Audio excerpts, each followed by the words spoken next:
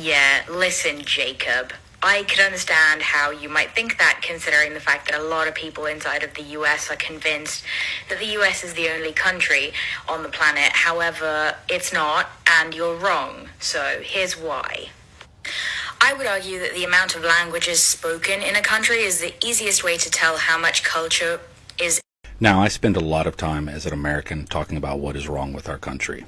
But for some reason, when I see a European, especially someone from the United Kingdom, who tries to be an edgelord by making their entire personality about talking shit about America, you might as well start calling me Captain America. Because the way they try to make it their personality is never about actually discussing the actual issues that are wrong with America. It's about becoming some edgy teen meme lord. The comments about that Americans just think they're the only people in the world, or they try to make something about that their kids don't go to school on shooting ranges. Completely ignoring the fact that the majority of Americans are wanting the gun violence problem in our country to be fixed, especially when it comes to schools. And the part that really gets me worked up about it is the people who make these jokes, especially the Brits, completely ignore the problems within their own countries. Like, y'all know you're one election away from being us, right? Like, being xenophobic, racist, or jingoist are not strictly an American concept.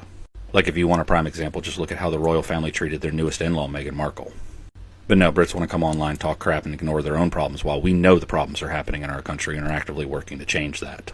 Europeans will come online, turning the American history of slavery into a joke that they think is funny, completely ignoring the fact that they conquered the entire world for spices.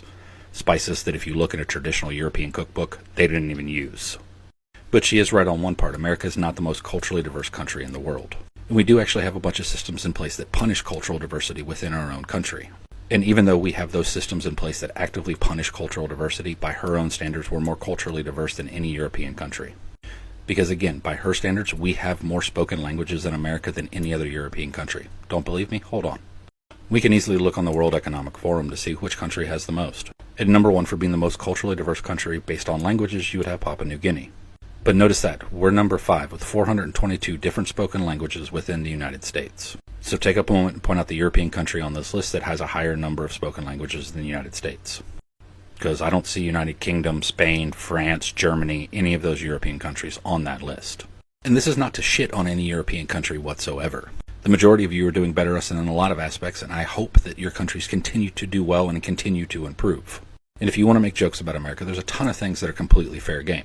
Our food, our television, the way we say certain words, the way we drop letters from certain words that you guys also use. But for Europeans to come online and turn their entire personality into making fun of stuff that we admit are a problem, that is actively hurting us, and that we are trying to get changed within our own country, while you ignore the problems within your own, it's complete and total bullshit.